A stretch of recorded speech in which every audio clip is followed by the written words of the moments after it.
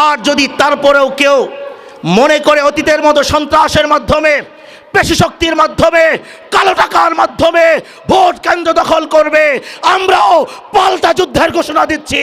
প্রয়োজনে রক্ত দিব, প্রয়োজনে জান দিব, কোন ভোট কেন্দ্র দখল করার জন্য কোন সন্ত্রাসকে জায়গা দিব না, জায়গা দিব না, জায়গা দিব না ইনশাআল্লাহ।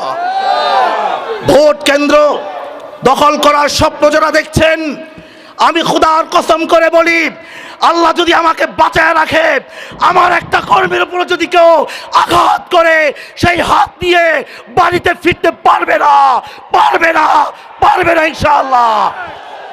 আমার কর্মী, হাত পাখার কর্মী, অতীতে যেই দলেই করছেন বাদ দেন, আজকে আল্লাহর জমিনে আল্লাহর দিন প্রতিষ্ঠা করার ডাক দিয়েছি, উজানি খানদান ডাক দিয়েছে, আসেন ইসলামের পতাকা ধরে একত্রিত হন, আগের সব পরিচয় মুছে দেন, এখন পরিচয় দেবেন আপনি ইসলামের সৈনিক, ঠিক না ঠিক? ইসলামের সৈনিক, এটাই আপনার পরিচয়। বাংলাদেশে কোথায় কি হবে জানি না, এই কচুয়া আমি বলতে পারবো আমার বাপদাদার এলাকা। আমি বলবো এই রাজনীতি করলে আপনি দুনিয়াও পাবেন, আখিরাতেও পাবেন। দুনিয়ার কোনো রাজনীতি, সেকুলার সিস্টেমের কোনো রাজনীতি, জাতীয়তাবাদের কোনো রাজনীতি, ন্যাশনালিজমের কোনো রাজনীতি আপনাকে এই কথা বলার সাহস দেখাতে পারবে না। তাদের রাজনীতি মূল টার্গেটই হচ্ছে দুনিয়া। আমাদের রাজনীতির মূল টার্গেট হচ্ছে দুনিয়ার সফলতা, আখিরাতের সফলতা, ঠিক না ঠিক? আমরা রাজনীতি করি আল্লাহকে সন্তুষ্ট করার জন্য, আমরা রাজনীতি করি আল্লাহর জমিনে আল্লাহর দ্বীনকে প্রতিষ্ঠা করার জন্য, আমরা রাজনীতি করি আল্লাহর বিধান প্রতিষ্ঠা করার জন্য, কোরআনের শাসন প্রতিষ্ঠা করার জন্য, রাসূলের আদর্শ বাস্তবায়ন করার জন্য, খুলাফায়ে রাশিদিনের মিশনকে এই জমিনে বাস্তবায়ন করার জন্য, ঠিক না ঠিক? আমাদের রাজনীতি দুনিয়া খাই খাই রাজনীতি নয়, আমরা দুনিয়ার স্বার্থের রাজনীতি করি না। আমরা যেমনি ভাবে মানুষের কল্যাণের রাজনীতি করি, আমরা যেমনি ভাবে রাজনীতিকে ইবাদত মনে করি, ঠিক তেমনি ভাবে আমার রাজনীতিকে আমি জান্নাতে যাওয়ার কারণ মনে করি, ঠিক না ঠিক? আমাদের ঘরোয়া প্রোগ্রাম, কিন্তু কচুয়াতে বড় কোনো হল না থাকার কারণে বাধ্য হয়ে আমরা স্কুল মাঠে আসতে হয়েছে আমাদেরকে। যাই হোক, কথা দীর্ঘ করব না। আমার আগে যিনি আলোচনা করেছেন, আমাদের ইসলামী আন্দোলন বাংলাদেশের চট্টগ্রাম বিভাগীয় সাধারণ সাংগঠনিক সম্পাদক,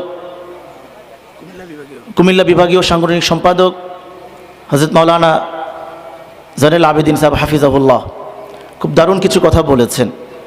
আমার পরে মারুফ ভাই আলোচনা করবেন। আমি শুধু আপনাদেরকে একটা কথাই আপনাদের সামনে উপস্থাপন করতে চাই, সেটা হচ্ছে আজকে আমরা যে এখানে যেই রাজনৈতিক মঞ্চে কিংবা যেই রাজনৈতিক ব্যানারে একত্রিত হয়েছে, আমাদের এই রাজনৈতিক ব্যানার, আমাদের এই রাজনৈতিক মঞ্চ, আমাদের এই রাজনৈতিক পতাকা, রাজনৈতিক প্রতীক, অত্যন্ত সৌভাগ্যের ব্যাপার আমাদের জন্য যে আমরা এই ব্যানারে আপনাদেরকে শুধু গতানুগতিক ধারায় যে রাজনীতি বাংলাদেশে চলছে বা আন্তর্জাতিকভাবে চলছে, সেই রাজনীতির দিকে ডাকি না এই ব্যানারের মাধ্যমে, এই প্রতীকের মাধ্যমে, বরং আমরা আপনাদেরকে এমন এক রাজনীতির দিকে আহ্বান করি যেই রাজনীতি আমার জন্য, আপনার জন্য নামাজ যেমন ইবাদত, রাজনীতিও ঠিক তেমন ইবাদত। আমার আপনার জন্য রোজা রাখা যেমন ইবাদত, রাজনীতিটাকেও আমরা তেমন ইবাদত মনে করি। অর্থাৎ আমি আপনি নামাজ পড়ি আল্লাহকে রাজি খুশি করার জন্য, আমরা এই রাজনীতি করি কার রিজামন্দির জন্য, কার সন্তুষ্টি অর্জনের জন্য, আল্লাহর সন্তুষ্টি অর্জনের জন্য। সুতরাং আমাদের এই রাজনীতির মধ্যে গতানুগতিক ধারা অথবা জাগতিক যে ধারা চলছে, এই ধারা থেকে ভিন্ন আরেকটা ধারা, যেটা আমার দুনিয়া এবং আখিরাত উভয় জাহানের কল্যাণ এবং কামিয়াবি এখানে আছে।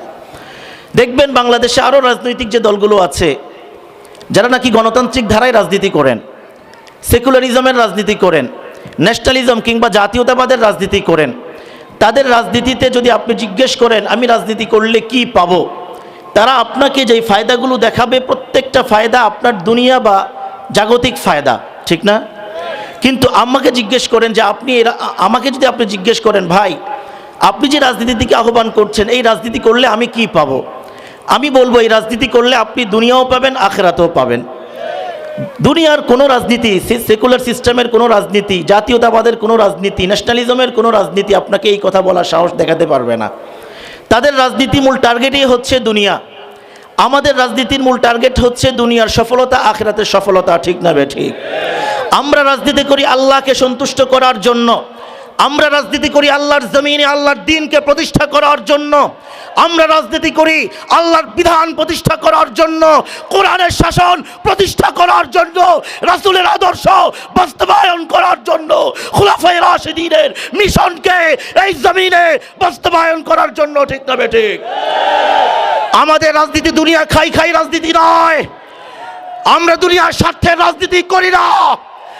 আমরা যেমনি ভাবে মানুষের কল্যাণের রাজনীতি করি, আমরা যেমনি ভাবে রাজনীতিকে ইবাদত মনে করি, ঠিক তেমনি ভাবে আমার রাজনীতিকে আমি জান্নাতে যাওয়ার কারণ মনে করি। ঠিক না ঠিক? জান্নাতের জন্য রাজনীতি করি ভাইয়েরা আমার। সেই জন্য আপনাদেরকে জান্নাতের দিকে আহ্বান করছি। আজকে আমাদেরকে কেউ কেউ বলেন জান্নাতের সার্টিফিকেট আমরা নিয়ে বসে আছি, সার্টিফিকেট বিলি করি। আমরা অস্বীকার করি না, আমরা জান্নাতের সার্টিফিকেট বিলি করতে আসছি। কারণ রাসূলুল্লাহ সাল্লাল্লাহু তাআলা আলাইহি ওয়াসাল্লাম এই জমিনে আল্লাহর দ্বীন প্রতিষ্ঠা করার জন্য 23 বছর মেহনত করেছেন। এই 23 বছর মেহনত কি উম্মতকে জাহান্নামে নেওয়ার জন্য করছেন? জাহান্নামে নেওয়ার জন্য করছেন? রাসূলুল্লাহ জিহাদ করছেন কিনা? সাহাবায়ে কেরাম জিহাদ করছেন কিনা? খুলাফায়ে রাশিদিন জিহাদ করছেন কিনা? জিহাদ কি জাহান্নামে নেওয়ার জন্য করছে, না মানুষকে জান্নাতে নেওয়ার জন্য করছে? আমরা তো সেই রাসূলুল্লাহর যোগ্য উম্মত, রাসূল সাহাবায়ে কেরামের যোগ্য উত্তরসূরি। আমরা এই জমিনে সাহাবায়ে কেরামের মিশনকে, খুলাফায়ে রাশিদিনের মিশনকে বাস্তবায়ন করছি, যেই জন্য তারা উম্মতকে আল্লাহর জমিন আল্লাহর দ্বীন প্রতিষ্ঠা করে জান্নাতের দিকে ডেকেছেন। আমরাও ঠিক তেমনি ভাবে উম্মতকে আল্লাহর জমিন আল্লাহর দ্বীন প্রতিষ্ঠা করে জান্নাতের দিকে ডাকছি। ঠিক না? তো জান্নাতের সার্টিফিকেট এটা আমরা আসলে দিচ্ছি না। আমাদেরকে রাসূলুল্লাহ যেই পথ দেখিয়েছেন, সাহাবায়ে কেরাম যেই পথ দেখিয়েছেন, আমরা সেই পথ দেখাচ্ছি। সেই পথ জান্নাতের পথ। কোন পথ? জোরে বলেন, কোন পথ? জান্নাতের পথ। মানুষ নামাজ পড়লে আমরা সবাই জানি সে জাহান্নামে যাবে না, রোজা রাখলে সে জাহান্নামে যাবে না, ইবাদত বন্দেগী করলে জাহান্নামে যাবে না। তো ঠিক তেমনি ভাবে আল্লাহর জমিন আল্লাহর দ্বীন প্রতিষ্ঠা করলেও সে জাহান্নামে। তো ঠিকানা কোথায়? বলেন না কোথায়? জান্নাতে। হ্যাঁ, মানুষকে আর বোকা বানানোর সুযোগ নাই। 54 বছর আমাদেরকে বোকা বানিয়েছেন, মুখরোচক স্লোগান শিখিয়েছেন। আগামীতে আর তা বাংলাদেশে চলবে না। সর্বশেষ কথা, কচুয়াতে আমাদের এই যে নির্বাচন কেন্দ্রিক আমরা আমাদের নির্বাচনী ভোট কেন্দ্র প্রতিনিধি সম্মেলন করছি আজকে এখান থেকে একটা বার্তা আমি আপনাদেরকে দিতে চাই। সেই বার্তাটা কি? দেখেন, 54 বছর নির্বাচন দেখছেন, অনেক রকমের নির্বাচন দেখছেন। অনেক মানুষ এখনো ভোট কেন্দ্রে যাওয়ার সাহস করে না। ঠিক না? কেন সাহস করে না? মনে করে ভোট কেন্দ্র মানে মারামারি, কাটাকাটি, ওখানে গেলে হামলা হবে, মামলা হবে, এই সেই নানান রকমের মানুষের মধ্যে নেগেটিভ ধারণা কাজ করে। মানে আমরা ভোটটাকে এমন একটা জঘন্য নিকৃষ্ট জিনিস বানিয়ে ফেলেছি। অনেক ভদ্র মানুষ, সভ্য মানুষ জীবনে এখনো ভোটেই দেয় নাই, বয়স হয়ে গেছে 40-50, ভোট দেয় নাই। কেন? মনে করে ওখানে গিয়ে মায়ের খাবার চেয়ে ঘরে বসে থাকে, এটাই ভালো। এই জন্য আমরা আমাদের বর্তমান যে গভর্নমেন্ট আছে তাদেরকে অনুরোধ করব আজকে সাংবাদিক ভাইদের মাধ্যমে, এমন এক পরিবেশ তৈরি করেন ভোটের জন্য, বাস্তবিক অর্থে ভোটটা যেন উৎসব মুখর হয়। সর্বস্তরের মানুষ যেন তাদের ভোট অধিকার প্রয়োগ করার জন্য ঘর থেকে বের হয়ে আসতে পারে। আর যদি তারপরেও কেউ মনে করে অতীতের মতো সন্ত্রাসের মাধ্যমে, পেশি শক্তির মাধ্যমে, কালো টাকার মাধ্যমে ভোট কেন্দ্র দখল করবে, আমরাও পাল্টা যুদ্ধের ঘোষণা দিচ্ছি।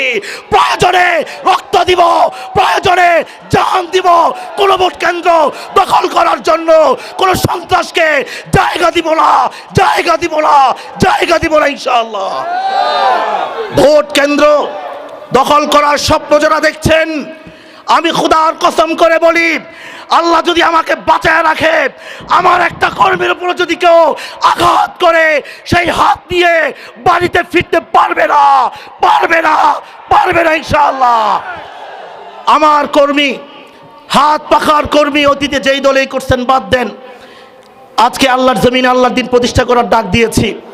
উজানি খানদান ডাক দিয়েছে, আসেন ইসলামের পতাকা ধরে একত্রিত হন, আগের সব পরিচয় মুছে দেন, এখন পরিচয় দেবেন আপনি ইসলামের সৈনিক, ঠিক না ঠিক? ইসলামের সৈনিক, এটাই আপনার পরিচয়। বাংলাদেশে কোথায় কি হবে জানি না। এই কচুয়া আমি বলতে পারবো আমার বাপ দাদার এলাকা, এই কচুয়া আমি বলতে পারবো এটা আমার নানার বাড়ির এলাকা। এতটুকু সৎ সাহস কচুয়াতে আর কারো নাই। কচুয়া আবাদই করছে আমার দাদা, আমার বাপ দাদারা, না হয় আমার নানার গোষ্ঠী, তারাই কচুয়া আবাদ করছে আলহামদুলিল্লাহ। সেই জন্য আমি বলতে চাই, আমরা ভাইসা আসি নাই পেশি শক্তি দেখাবেন, সন্ত্রাস দেখাবেন, এত সহজে পার পেয়ে যাবেন না। আমার কর্মীর যদি 1 ফোঁটা রক্ত ঝরে, প্রয়োজনে আমি 100 ফোঁটার রক্ত এই জনগণকে নিয়ে নিব ইনশাআল্লাহ, ছেড়ে দিব না, কথা দিচ্ছি। কারণ যদি সরকার ব্যর্থ হয়, বিকল্প কোনো রাস্তা আমাদের কাছে নাই। সন্ত্রাসকে সন্ত্রাসের মতো করেই দমন করতে হবে। আল্লাহ তাআলা আমাদের সবাইকে তৌফিক দান করেন। ওয়া আখিরু দাওয়ানা আলহামদুলিল্লাহি রাব্বিল আলামিন।